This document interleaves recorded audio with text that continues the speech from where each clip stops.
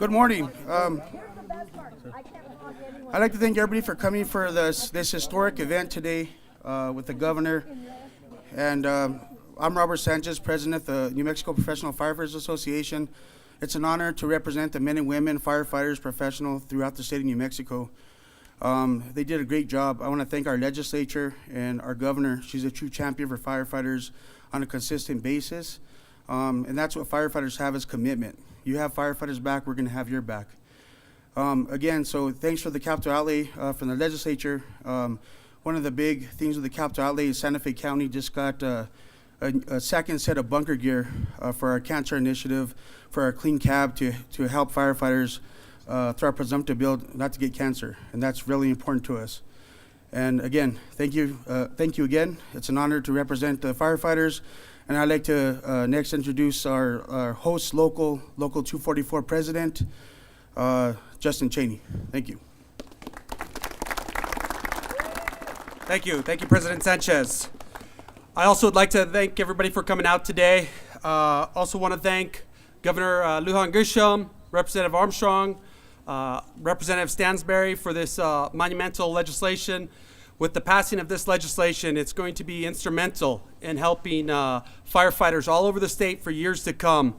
This is something that has been in the works for many years, and it has finally come to fruition where firefighters will be able to seek help and return to work with dignity. So with that, I want to thank all the representatives.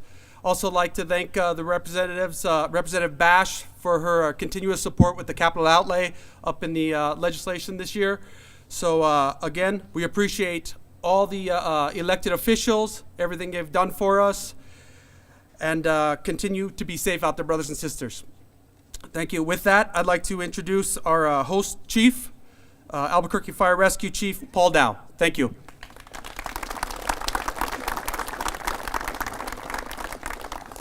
Good morning. Welcome to Albuquerque Fire Rescue's Academy. You know, this year's legislative session provided essential apparatus and equipment to many New Mexico fire departments, and it supported legislation that's going to have a positive impact on our firefighters and their families.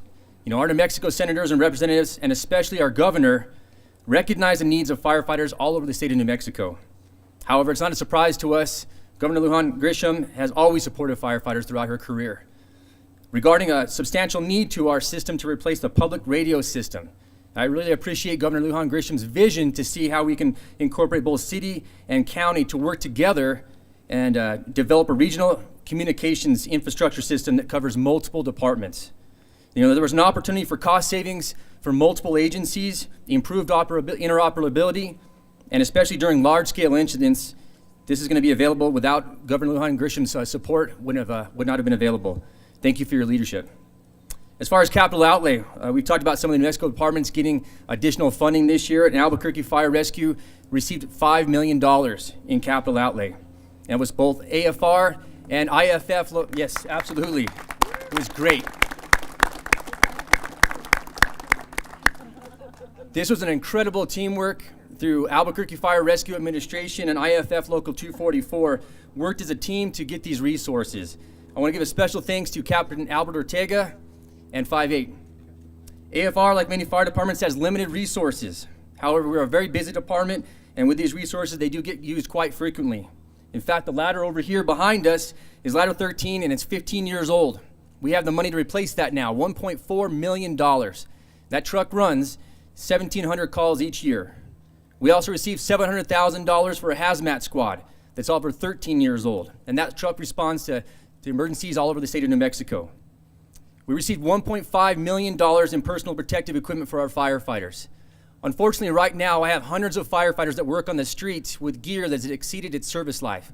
It will actually expire this year. That gear needed to be replaced, and the state legislature heard our cries. Other funding to repair drive pads, purchase apparatus, and my firefighters and I are very appreciative of all of this funding. We're also here today to celebrate House Bill 324. That couldn't have happened without IFF Local 244, the New Mexico Professional Firefighters Association, and firefighters from all over the state of New Mexico to ensure that bill passed. It adds post-traumatic stress disorder, PTSD, to a list of conditions presumed to be approximately caused by working as a firefighter. Now, regularly our firefighters face situations that most of the public will never encounter. not even once in their lifetime. Unfortunately, death and tragedy are routine events in the fire service. And from time to time, these firefighters are going to struggle to handle these situations. But with this legislation, we have an opportunity to provide resources to those firefighters who need it most. The existing firefighter occupational disease legislation has already made an impact on our firefighters and their families, and I understand this will too.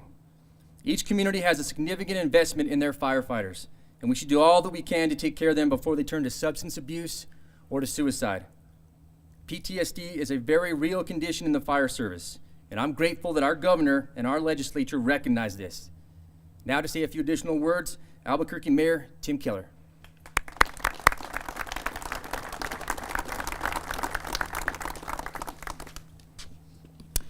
Well, good morning, everybody. And it's great to see a whole range of Albuquerque's finest and our state's finest out with us today at this tremendous facility in our city. And I think also for those of us, I remember, the governor and I and a lot of us in the burn room here just last summer at Fire Ops 101. And what a great experience it was for us to get just a tiny, tiny slice of what it means to actually serve in AFR in our fire departments around the state.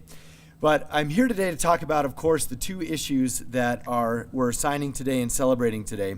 I also have to do some kind of MC work for the rest of the ceremony. And there were a lot of people who helped put this together. I want to share just a few and make sure that they're acknowledged, but I also apologize in advance if I leave anyone out. And so I want to start by introducing our representatives that helped with this project. Give us a wave when I say your name. Representative Liz Thompson, Representative Debbie Armstrong, let's give them applause.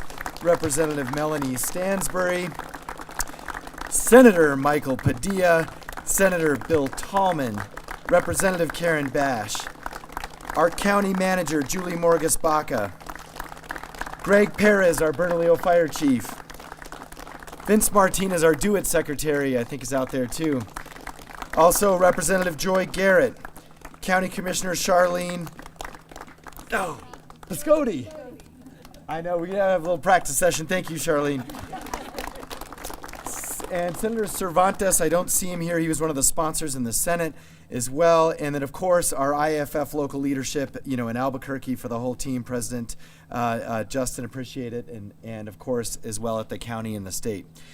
So we also have, of course, some very important folks that I'm going to introduce separately are going to be speaking.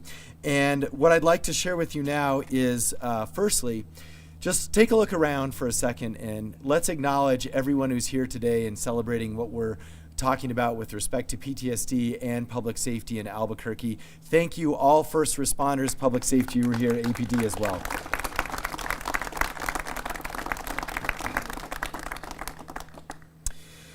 Now I want to start by reminding folks that it sounds simple, but if we can't talk to each other, we can't work together. And during an emergency, this simple issue has put our community at risk for too long, and that's not going to be the case anymore, thanks to the help from everyone behind me. For years, APD and AFR have used radios that are extremely outdated. They can't even communicate with other law enforcement agencies. And there have been many telltale signs of this challenge. Replacement parts for our radio system have had to be ordered on eBay because they're no longer made and no longer distributed. Many of them actually fall off when you hold them to your ear. These leather straps, which are actually nicely designed, the reason why we have these is because the batteries fall out of the back of the radios. This is how challenging this issue has been for our city. Now, also we have technology issues with respect to coverage in the East Mountains and in some of the rural parts of even Bernalillo County where radio systems have been inoperable. This has been a hindrance for law enforcement for far too long. Now, it's no longer going to be a hindrance thanks to the new leadership in our governor's office and to our legislature and to our city for putting this deal together. So I am proud to say that hopefully next year we are not going to have these same stories being told about communication in our community in central New Mexico. I want to remind folks this affects all the way up into Harris. It affects UNM, it affects APS, all the first responders, both police and fire in central New Mexico. Now, also, of course, Bernalillo County, but I want to mention how critical this can be. Some of you might remember the Benny Keith shooting that we had, an active shooter situation right here in Albuquerque. A story that we have not shared that often because, in fact, it turned out okay in the end, as best that it could in a situation like that. But we actually had the active shooter go from Albuquerque and drive and flee to Placitas. This is where we got help from our state police, from our county partners, both police and fire.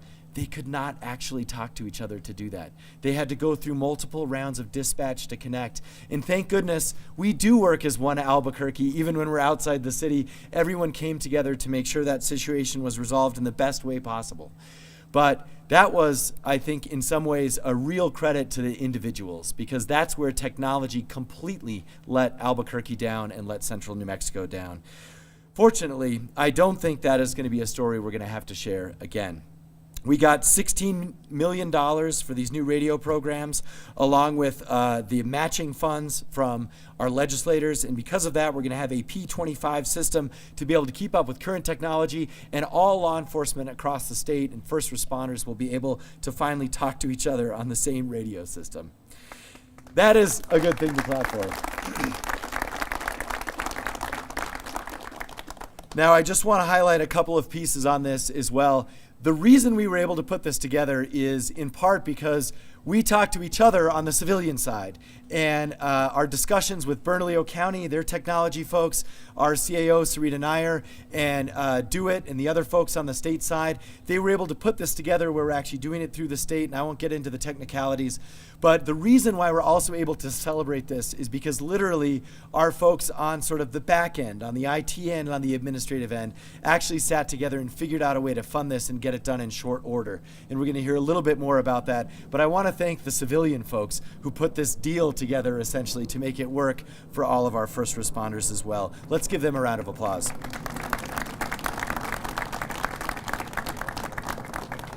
Now, of course, the second issue we're here highlighting today is critical to our firefighters.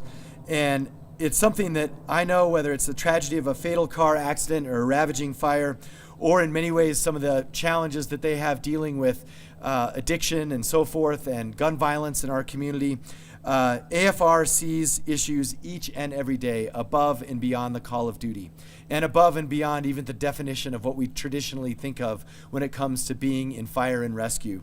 And for this, PTSD has real consequences at work, and showing our firefighters the compassion and the respect they deserve is something that I've always believed in, and something that I'm so grateful that our legislature and our governor are going to now put into law.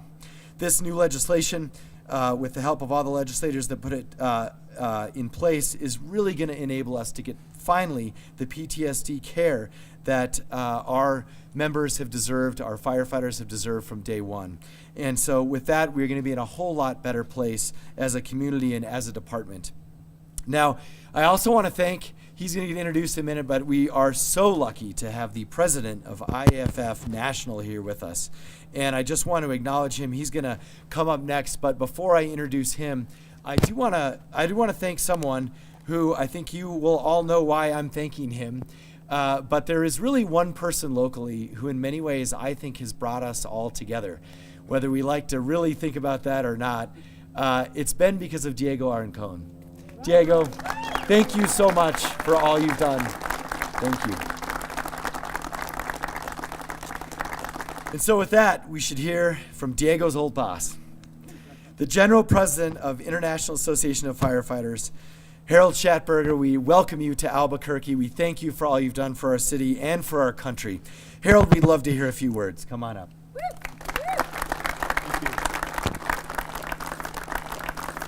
And thank you, Mr. Mayor. And let me first acknowledge our state president, Robert Sanchez. Where'd you go, Robert? How could I miss you? There you are, buddy. And Justin, who runs our 244 local here. Thank you for all your work and representing our members here in the city. And Chief, congratulations to you for following the lead of our local and making sure you do each and everything that they suggested you should do on behalf of the department. And Mr. Mayor, for making sure that the department is resourced and providing our members what they need to do a pretty tough job. It's my pleasure in a moment to introduce someone not only very special to your state, someone that I've known a long time and very special, not only to firefighters across the United States, but also to workers across this great country. And those, as I say, that go home after a day's work and wash their hands and take a shower, the middle working class, working families of this nation. But I do want to say something about the bill. It's good to be back in New Mexico, and it's good to be here for another signing. I had the privilege to be here when the original presumption bill was signed in 2009, which started to recognize that there are occupational diseases and occupational injuries that should be viewed as occupationally related, so that those on the front line can receive the benefits and the coverage that they are truly entitled to. And this Bill 324 today, I want to congratulate the legislature. I know it was passed 3 years ago, but in a way, I'm very glad that it had to pass again, because it needs to be signed by a governor that really supports and understands the needs of workers and those on the front line. Post-traumatic stress, we're actually trying to, Madam Governor, change the D to an I. We're really focused on the condition of behavioral health, mental health, and the condition that really unfortunately goes with a profession that those that do this honorable work are very understated. I'm ashamed in a way to be part of a generation that used to acknowledge those that may have difficulty dealing with a job that exposes you, as we say, to the grime, gristle, guts, and gore that is the reality of the work, and oftentimes has their own internal demons that they're trying to deal with. We used to simply say, hey, suck it up, Buttercup.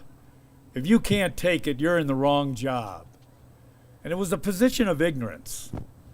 It was meant to be a position of stoic and honor and courage. And the fact is that it was short-sighted and ill-sighted, that a condition that is troubling a member emotionally and silently is just as serious as a traumatic injury that may break a bone or bust a back. And we've been focused on this now for a number of years, trying to bring behavioral health out of the shadows and into the light, trying to make sure that those that unfortunately turn to self-medication, drugs, alcohol, those who are having difficulties and conflicts with families at home and not sure exactly where it's coming from, to understand that this is a condition that can be treated, should be treated, and should be recognized, unfortunately, as an extension of the work that those on the front lines every day are doing. And so it's not to be understated the critical importance of the legislature recognizing this as occupationally driven, and so that our members will have the comfort and the confidence to be able to step forward and ask for help and to get the kind of treatment that they need, to have the confidence to know the command's not going to suggest that they're not worthy of a job and that it may end their career. It's a sad state of fact that right now and for the last 2 years, we are losing more of our members to suicide than we are to line of duty deaths. And the fact is that we're addressing this in every way we possibly can, including opening up our own recovery center outside of Washington, D.C., just for our members, and getting ready to open the second one in California in the next number of months. But it's legislation like Bill 324 and a signature that will go on that bill that will help to assure our members who ultimately do have a condition that may affect their career to know that they are protected and afforded the kind of care and treatment and benefits that they truly have earned. And so it's an honor to 10 years later, be here again for another historic signing. And the governor that's going to sign this legislation is someone not new to this IAFF. And she certainly isn't new to New Mexico. But I want to emphasize that she's not new to workers all across this nation. Starting as a Secretary of Health, operating as a commissioner for the Bernalillo County, a member of the U.S. House of Representatives, representing not only her district, but again, our nation, and now serving as the governor of New Mexico. Michelle Lujan Grisham has been a friend. She's been a supporter. She's done extraordinary things every step of the way in her journey in representing the people. She's someone who has great personal skills, but someone who is as tough as nails and is committed to the rights and privileges that workers should be afforded in every sector of the workforce. She's been a critical and unbelievable friend to this IAFF and the 316,000 members that we are privileged to represent. She fought in Congress to eliminate the Cadillac tax. It was an ill-conceived, wrong taxation on workers. She opposed the elimination of state and local tax deduction, which goes to the heart of resourcing our communities and our states across the nation. She fought on behalf of our federal firefighters whose retirement was being cut by 1/3, and supported legislation, the SAFER Act, that was responsible for saving 14,000 jobs during the Great Recession, while supporting the Fire Act program that helps to provide the equipment and the apparatus and the turnouts that are so critical to our members across the nation. You are privileged, in my view, to have her as your governor. We're privileged to have her as a great supporter, but more importantly, as a great and dear friend, the governor of New Mexico, Michelle Lujan Grisham.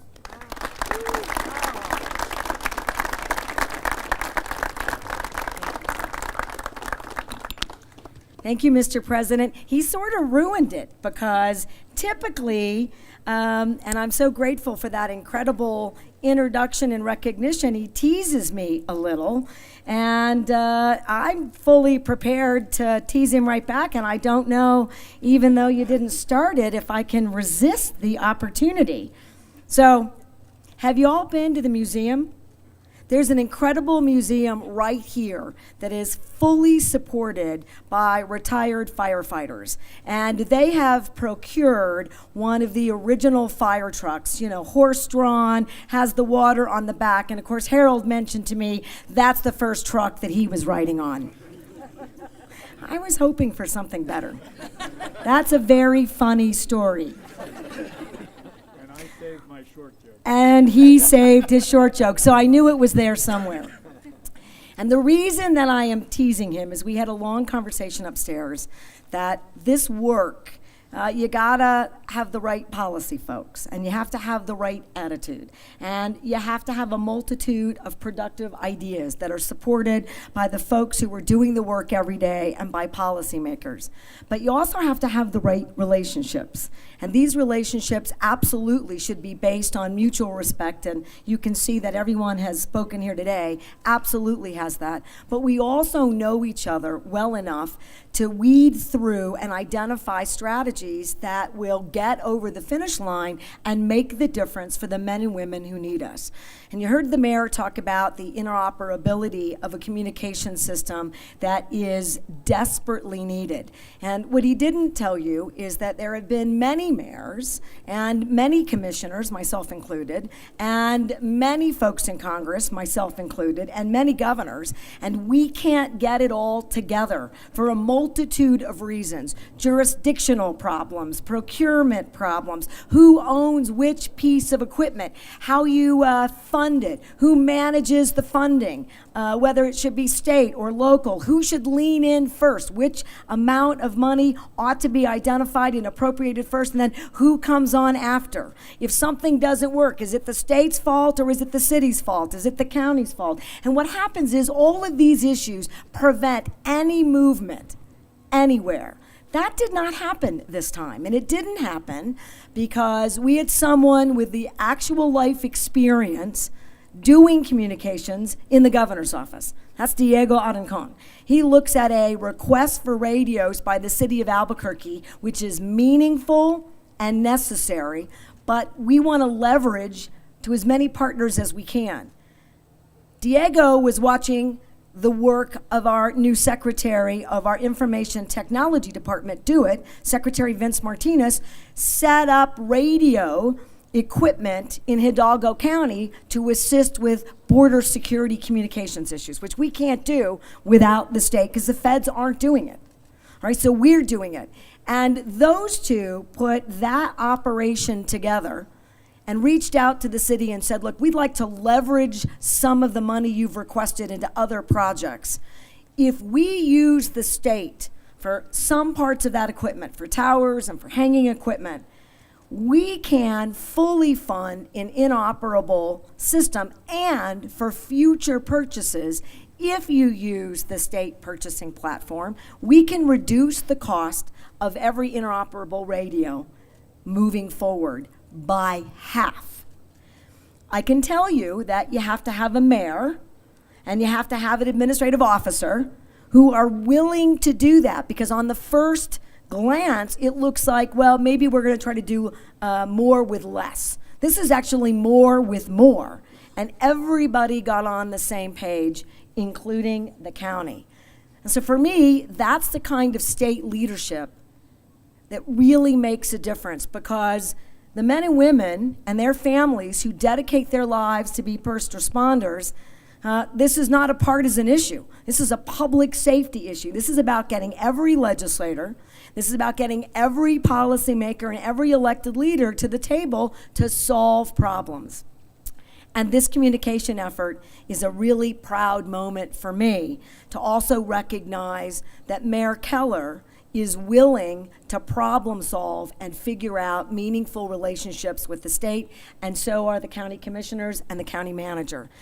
IAFF put that package together, and I'm expecting, Mr. President, that they will continue to lean in and create those kinds of strategies, which will make a difference now in small communities all across the state. So this is an incredibly proud moment, because it means for the first time ever, we have a real opportunity to get interoperable communications for public safety statewide. The second thing, I'm here today to sign a bill, and it is amazing that I get to do this full circle. So I was helping as an advocate. I was just getting to know the incredible work of firefighters, and I was really interested in the occupational disease bill, the presumptive causation bill in 2009. And it was really easy for me to get re-educated on the amount of EMS, emergency medical personnel, and training folks in the IAFF. And that reminder went all the way back to, I've got a 32-year-old. Before she was a year old, I was home alone with her, and I had a 2-year-old, and she stopped breathing. So I called 911, just like you absolutely have to do. And the first person on the scene was a firefighter. That firefighter was a paramedic. That firefighter got my daughter breathing again.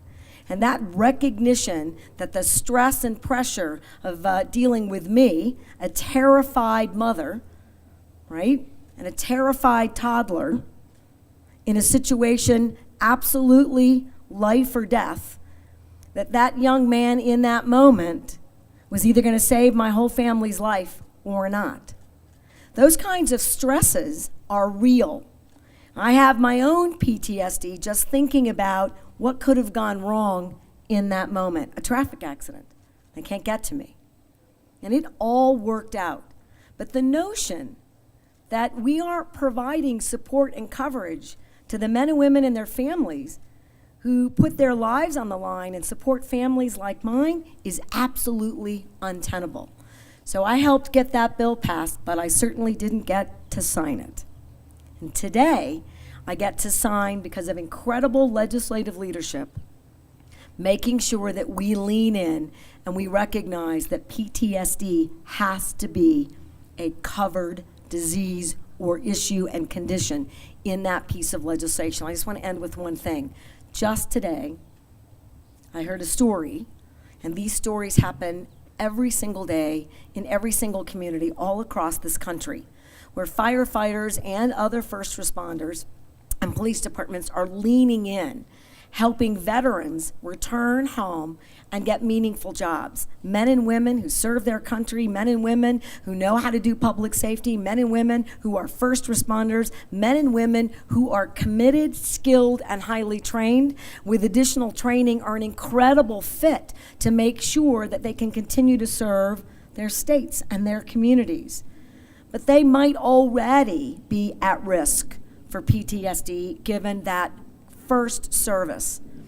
And right here in Albuquerque, we had such an individual and needed support for PTSD services and coverage. And without this, that was unavailable.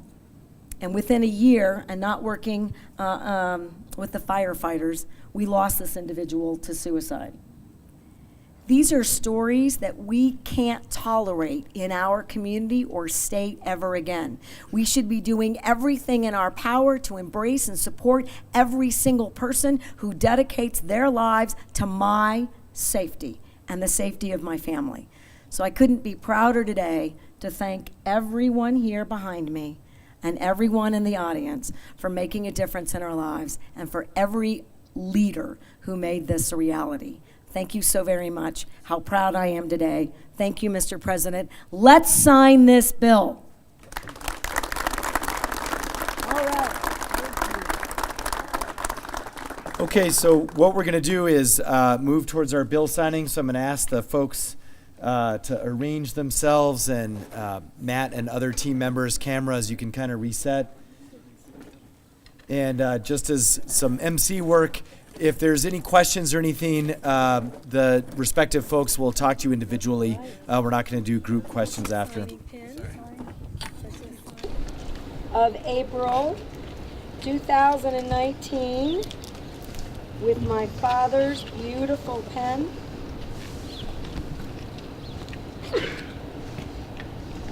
Is now law.